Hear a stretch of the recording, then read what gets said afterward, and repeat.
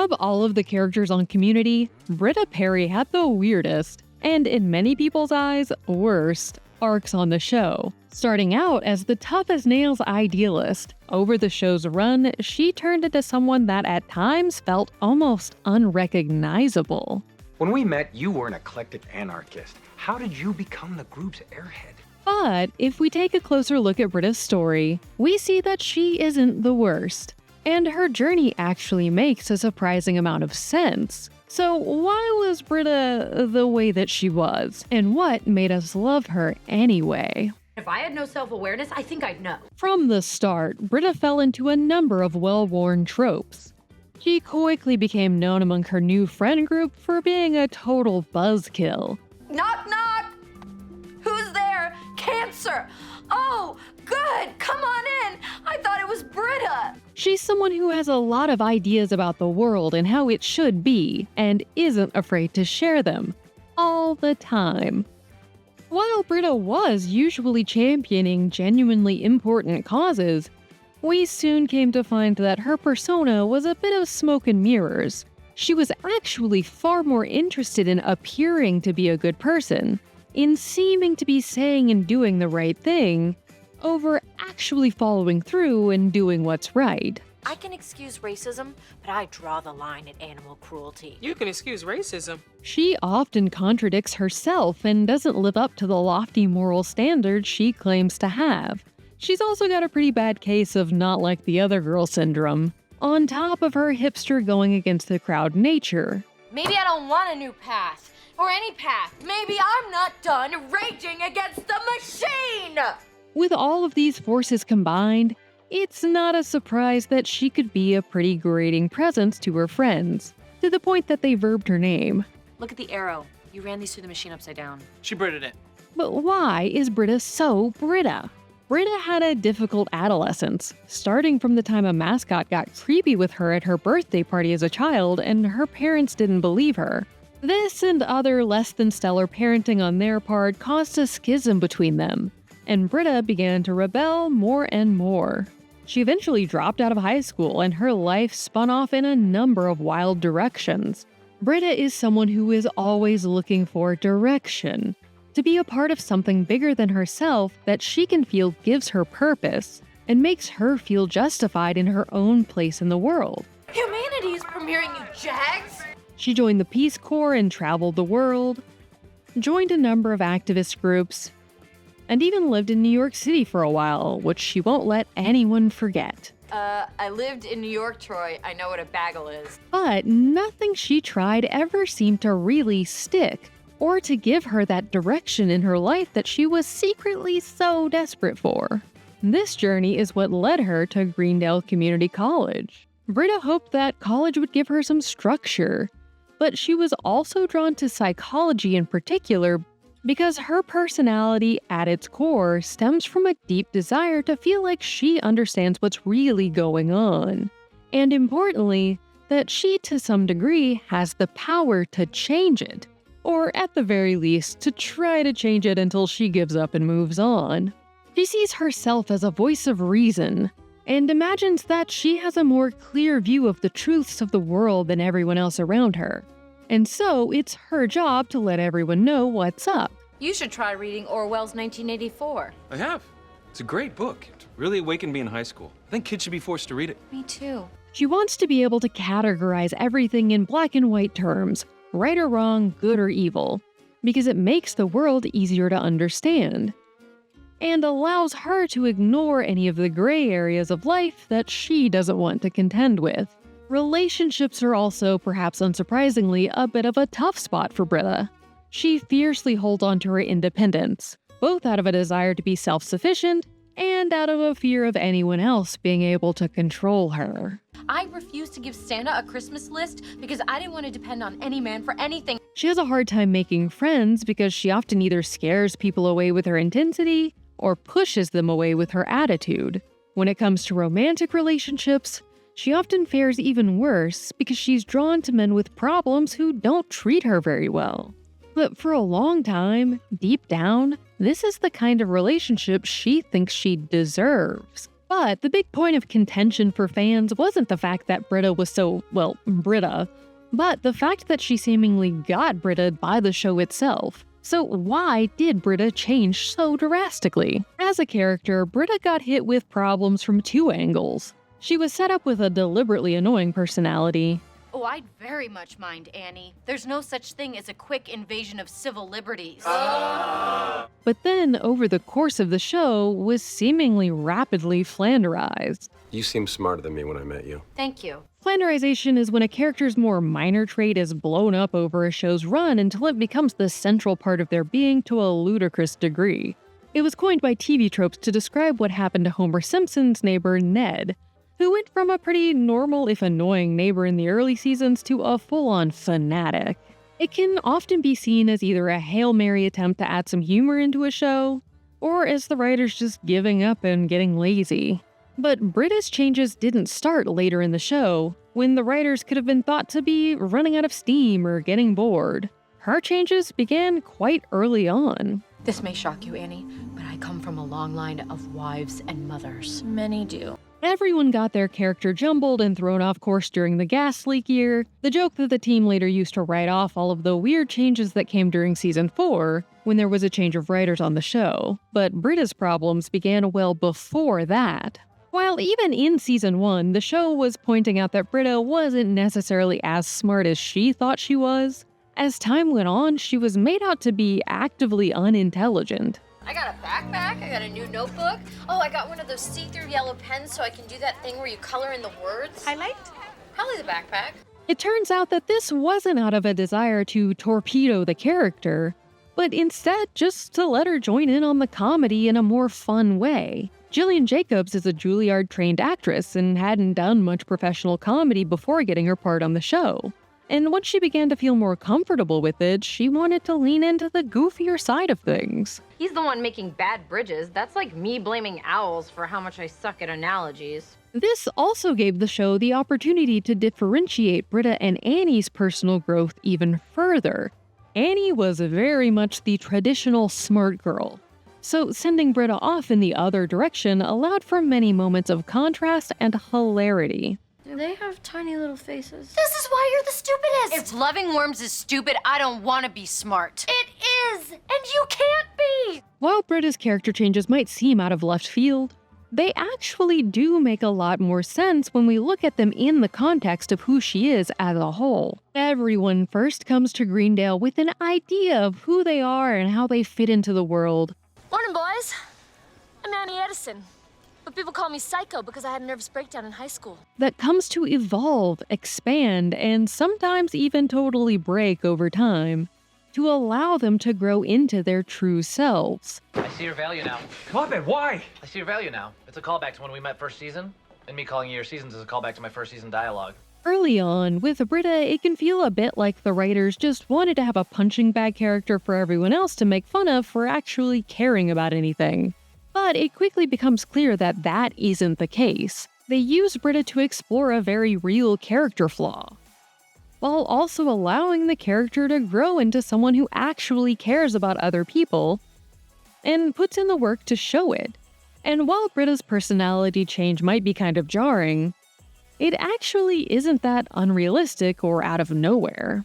The Britta we first meet is someone who is desperately trying to keep up a very specific facade of the kind of person she imagines herself to be. She thinks that if she can just keep spouting off the right things and popping off the snarkiest quips, then she'll really become that world-changing person she wants to be. But that wasn't who she was inside, not really. And so, over time, no matter how hard she tries to stop it, the real Britta continues to leak out. You told me a hawk stole them! You exploited me and made me believe in a slightly more magical world. This isn't necessarily a sign of her devolving as a character, but instead just of her becoming more comfortable with herself and her life. She no longer feels the need to hide her true self behind that shield when she's around her true friends. And while it might feel counterintuitive at first, that is actually a sign of growth. Personal growth doesn't just automatically mean you become more like the image you had of yourself in your head. Sometimes it means updating that mental image based on your changing goals and interests and then going after that. Somebody tell Britta what an analogy is. I know what it is.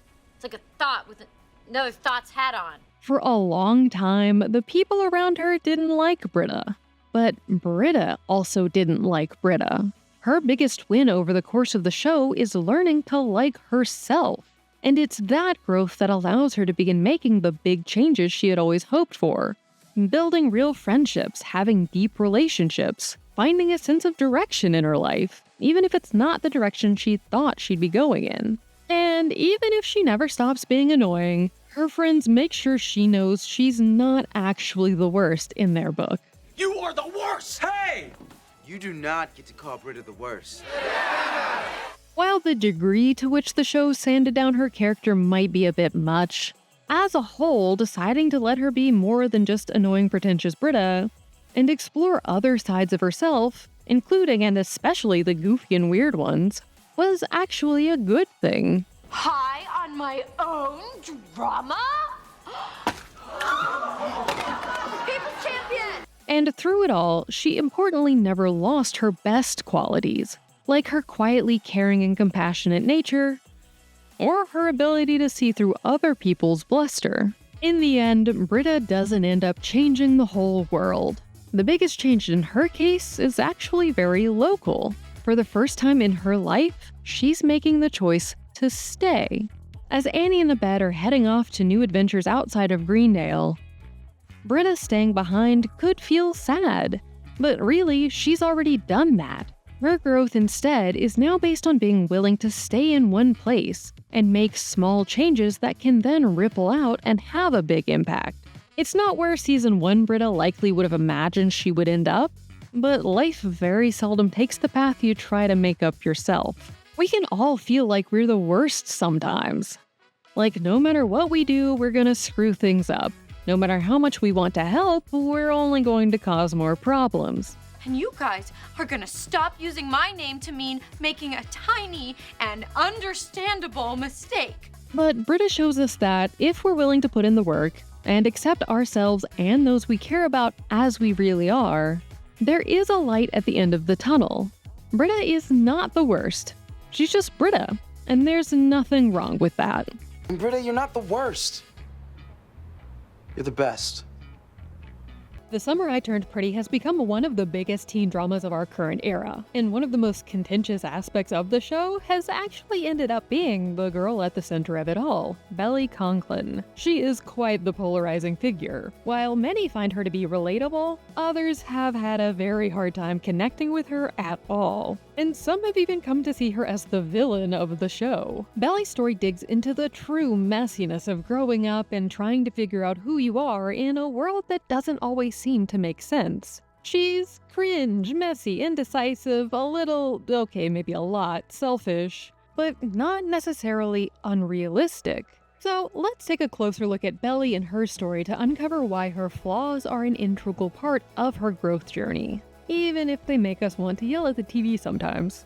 We first meet Belly as she's entering a new era. She's 15, about to turn 16, and she's begun evolving from a kid into a young adult. Part of this, as the title suggests, includes becoming pretty, as she's grown out of her awkward stage and into a beautiful young woman. For much of her life, she's felt overlooked, like she was just filler in other people's stories. But now, she's ready to start being an active participant in her own life. A big impetus for this is the physical changes in herself. Becoming pretty means that she's being noticed by everyone around her in a new way. And she is, for the first time, learning what it feels like to be at the center of other people's attention, particularly boys. Belly has always felt that the house she spends her summers in at Cousin's Beach served as a refuge from the rest of her life and the bigger problems of her world. It smells exactly the same. Tastes the same. Like it's been waiting for me to get here. Though things may feel fraught in her regular life, from her parents' divorce to dealing with school, here she's able to exist in a safe bubble free from those stressors, even if only for a little while. And so, it's no surprise that she sees this summer as her big moment to really break out and start trying new things. She feels that her new look and lease on life, combined with the otherworld-feeling nature of her life at the beach house in Massachusetts, will allow her to embrace this whole new era of herself. But it's actually her connection to the idea of the house and the family in it that comes to cause some problems. Because Belly's summers at the beach have become so important to her, they've actually come to form a large part of her own sense of self. She feels a deep connection to the home itself and the Fisher family, to a degree that she comes to find she can't quite shake herself out of. On the one hand, this is nice because it provides her with a familial feeling she loves. But on the other hand, it creates some major issues. She has a difficult time conceptualizing herself as anyone other than Cousin Beach Belly, who's in love with Conrad Fisher,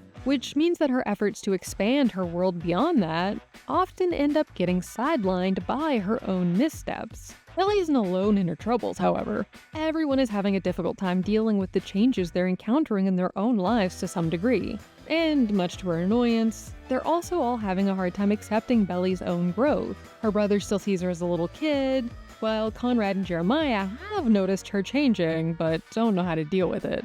This can make things difficult for Belly, like when she finally gets to go on a date with a new guy and all three boys show up just to check in on her. Her brother because he's in older brother mode, Conrad because he's in I like you but won't admit it mode. She also has to deal with the fracturing of her relationship with her best friend Taylor as they realize that their growth might not be setting them off on the same path anymore. Conrad and Jeremiah's mother, Susanna, wants to embrace Belly's moving into a new stage of life by having her become a debutante. This is unlike anything Belly has ever been interested in before, but that's ultimately what does draw her in. Things change, whether you want them to or not. So maybe I'll change too. Belly's fire to really start her life and try new things quickly begins to spiral due to her inherent impulsiveness. This certainly leads to some positives, like her getting to meet some great new friends through the Deb Ball, but it also very often swings in the other direction, causing chaos for Belly and everyone around her. And this leads into one of the central issues some people seem to have with her character. Did turning pretty bring out an ugliness in her personality?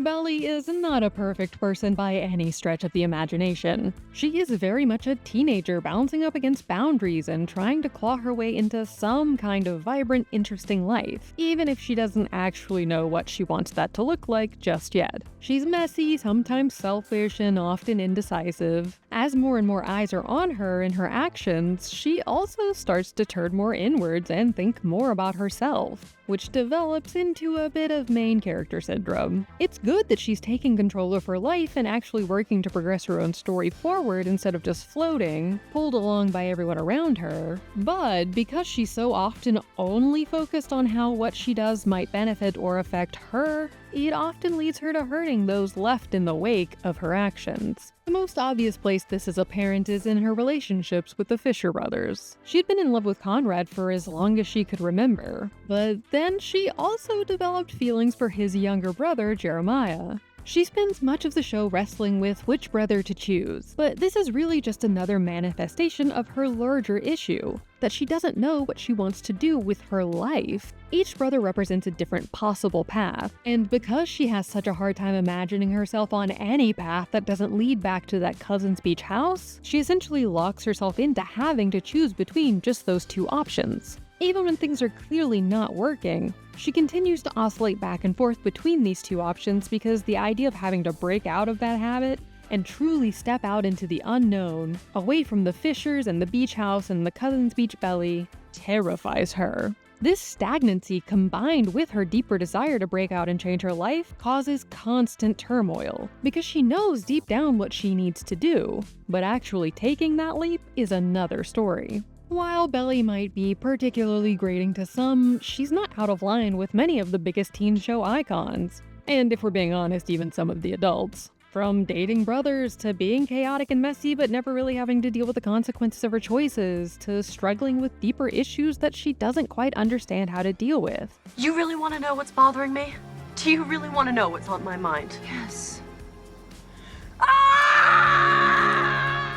She's a young person making mistakes as she tries to figure out who she actually wants to be when she grows up, and what she wants her future to look like. That certainly doesn't absolve her of everything or diminish the fact that she's hurt people, but it does help put her choices into a context where they make a lot more sense. Also, it's a teen soap opera, so dramatic young people causing chaos is kind of the point. And as the show reached the end of its final season, Belly was finally able to have some of that much-needed growth. The third season has a time jump, leaving teenagerdom behind and finding Belly, Conrad, and Jeremiah as young adults. Belly has settled into her relationship with Jeremiah, trying to force it to work even when she knows deep down that it won't, because she is still unable to let that vision of herself and her life go. But after breaking off their ill-advised engagement, Belly finally starts to take control of her life in a real way for the first time. She takes a big leap and goes to Paris, where she's totally removed from everything that she had once centered her sense of identity around. And this is precisely what allows her to figure out who she actually is as an individual. She develops a new group of friends, interests, and hobbies, and in a true act of leaving that younger version of herself behind, even begins going by her full name, Isabel. While the struggles of her teen years were certainly a part of her growth journey, this is her true coming of age. It's unfortunate that we didn't get to actually witness more of this part of her story. After struggling along with her through so much of the lead-up, it would have been great to actually get to watch her put the pieces of herself together and evolve into Isabel in Paris. I'm really happy here. I know, Bean. I can hear it in your voice. It might have also softened some people's animosity towards her to get to see that character development. But of course, we now know that Belly's story isn't quite over just yet. There's going to be an entire feature film to cap everything off, and who knows where things might end up. Belly is a bit messy and definitely makes a lot of mistakes, but that's not really that unrealistic for a teenager or someone in their early 20s. There's a bit of an interesting divide in the discourse around the character, where people in their 20s and 30s are more willing to give her grace, while some younger viewers claim that she should have been more mature because they're definitely already super mature by that age and would never make the same kind of mistakes she does because they're so mature. Sounds familiar. Belly's imperfections are what make her human, and watching her, slowly but surely, learn from them and grow as a person is also what makes her story so engaging to watch. Life isn't about being immediately perfect and knowing everything and being sure about how you want everything to go from the jump, but about being willing to take those big scary leaps and work on figuring things out. We can't wait to see where Belly takes her life next, now that she's finally decided to put herself in the driver's seat. Desperate Housewives' Edie Britt was created as a foil to the four main characters, someone whose key role was to rile them up. And at the time, she riled audiences too. But when we watch her more than 20 years later, Edie looks a little different. Back when Desperate Housewives debuted in 2004, Edie was pitched as an easy woman, and audiences and the other characters were encouraged to hate her for nothing more than her sexual appetite. Susan had met the enemy, and she was a But now, viewers are more enlightened and open about female sexuality, and when we rewatch the show, Edie, and more specifically the way she was treated, shows us how misogynistic the era really was. And what's more, Edie was kind of a badass, if we're being honest. The other housewives hated her attitude, but over 2 decades later, we kind of rate it.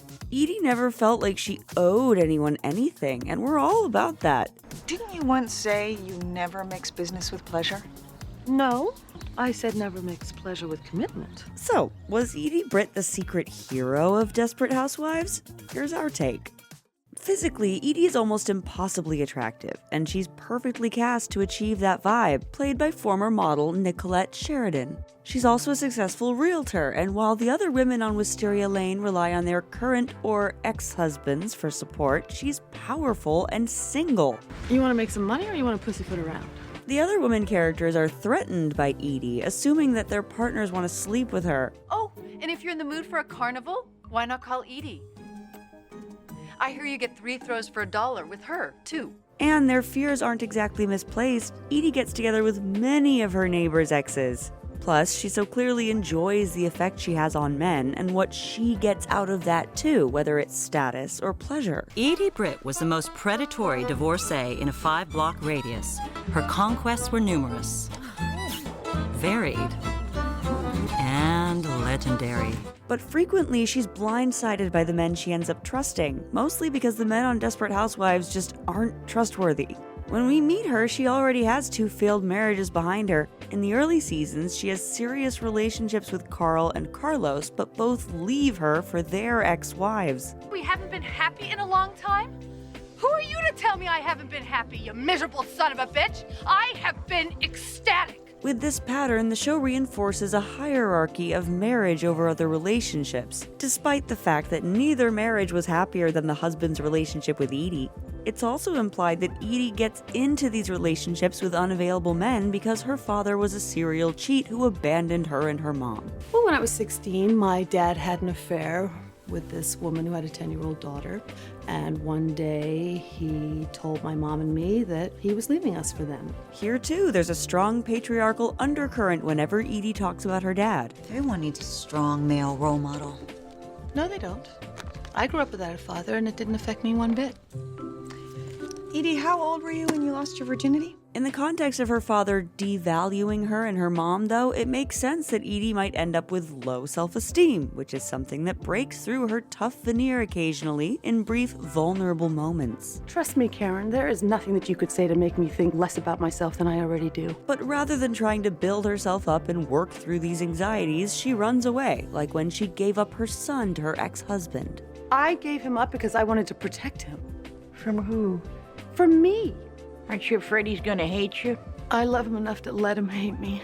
Due to her dad's treatment and the pattern of her previous relationships, she's also terrified of being cheated on. Edie Britt was afraid of only one thing: that her lover might leave her for someone else. Throughout the series, she's often abandoned by her partners, which makes her vengeful, and she's willing to do virtually anything to wreak revenge, from shipping ex-lovers to the IRS to suicide attempts. Carlos Solis arrived just in the nick of time to save the life of Edie Britt. Come on, you gotta wake up. Come on, please. Of course, had he known what she was about to do to his life, he would have let her hang there. Ultimately, Edie never finds the right person, and when she meets her untimely death, she becomes kind of a tragic figure. Her estranged son tells the women who have always derided and slut-shamed her that they were her best friends, which feels really bittersweet. You were her best friends. But what if Edie isn't all that tragic after all? In amongst her mishaps with men and self-esteem issues, there's a really powerful strand to Edie, a woman who in many ways knows herself better than every one of her neighbors. Despite its raunchiness, Desperate Housewives was a decidedly sex-negative show. The characters throw around accusations of sluttiness constantly, and more often than not, they're talking about Edie. Will you tell Edie Britt just because Carlos dumped her doesn't mean she has to go around trashing my reputation? Especially when she's the slut. She's seen by the other housewives as nothing but a one-night stand. So, for example, when Susan finds out that her ex-husband Carl is dating Edie, she automatically assumes it's a fling, rather than the reality, a months-long relationship. What are you saying, that your father actually told you he was going to be having a one-night stand with Edie Britt? Mom, this wasn't a one-night stand. He's been going out with Mrs. Britt for a few months now. But that isn't a problem to Edie. She's comfortable enough with her sexuality, and rather than being offended, she ironically embraces the label, even self-referring sometimes. Hi, I'm the whore that lives down the street. Plus, despite the implications that she'll sleep with anyone, it's not actually true. Edie knows what she wants, and she won't waste her time with anyone who she doesn't find attractive. I could, take you out to dinner sometime. Oh, honey. You are so far out of your league that you're playing a completely different sport. The other characters put a deeply misogynistic focus on Edie's enjoyment of sex. And one of the best things about watching Edie today is seeing that even under the weight of all that early 2000s peer pressure, she doesn't care what other people think about her sex life. Other characters talk about the number of men she slept with, using it as an insult. You're famous for the number of men you've conquered. Thank you. It's not a compliment, you tramp. But Edie is unbothered. In a way, she was a link between the 90s post-feminism sexual freedom and the more modern acceptance that things like so-called body count don't actually matter at all. Sex therapist Vanessa Marin told Refinery29 that her clients had all but stopped talking about their sex numbers by 2018. In a sex-positive culture, attaching any sort of meaning to the number of people a person is hooked up with simply doesn't make sense. And in that way, Edie was way ahead of her time. I am not going to apologize for having a healthy sex life. As well as making sure she's sexually satisfied, Edie works hard for the other things she wants in life, too. She likes to come out on top, whether it's in business or working hard on her physique. You know someone else my age with a body like this? Frequently, though, it's by exacting revenge. After Susan accidentally burns down Edie's house, Edie knows that Susan owes her, and she uses it to get into the girls' poker night. But in the next season, Edie deliberately burns down Susan's house, with no remorse. By any chance, did you burn down my house? Yes. What? Yes, I burnt down your house, you sleazy little whore. Despite the craziness of the revenge, we kind of side with Edie in this moment, when she's been so wronged by Susan sleeping with Carl when they were together. And while the drama of arson isn't exactly an everyday occurrence, unless you're on Wisteria Lane, she gets her revenge in other ways too. Sometimes it's pettiness. When Bree finds out that Orson is staying at Edie's house after their breakup, she goes over to ask Edie not to let him. But rather than being polite, Bree's pretty rude to Edie, who in turn not only delivers an impeccable one-liner, but also refuses to rescind her offer to Orson. First of all, I am not attracted to Orson. And that would be like having sex with PBS. And second, just because I don't like your attitude, I'm gonna let him stay as long as he wants. She responds in the way so many of us wish we could if we didn't have a filter. Plus, her lack of shame means she's able to ask questions and tell people things that other characters on the show might leave unsaid. Okay. I'm the one who hasn't been happy then. Then why did you propose to me? This is a brave aspect of her character that frequently crops up in the show. She says exactly what she means, which is refreshing in a show where pretty much everyone is lying to everyone else's face. And when she's at her toughest and most frank, it's often with the people she cares the most about. You need to start fighting this thing. Hell, Lynette, you are the strongest person I know. You're even stronger than me. And that's saying something. Screw cancer. Another supremely relatable thing about Edie is that despite the fact that she hasn't always had it easy, she refuses to let people pity her. She focuses on ways to make herself look and feel good. Edie Britt decided to announce her return to Wisteria Lane in a way that was guaranteed to make a big splash. Edie works hard at that, and when anything or anyone threatens it, she's understandably angry. You are the way you are because of your father. Ow! Edie, what the hell? Don't psychoanalyze me, you simp. And although she might not always show it, she's aware of how others perceive her, and she's not afraid to laugh at herself from time to time to bring a little smile to those around her. Hey, Karen, your porch light's on. Whoa. Sitting in your bathrobe drinking, you didn't call me? Edie teaches us a lot about the negative ways that women were framed in the early 2000s. The cattiness and sometimes cruelty that the other housewives display towards Edie all melts away when she dies, too, which is actually really sad. Edie Britt was sexy, perceptive, strong.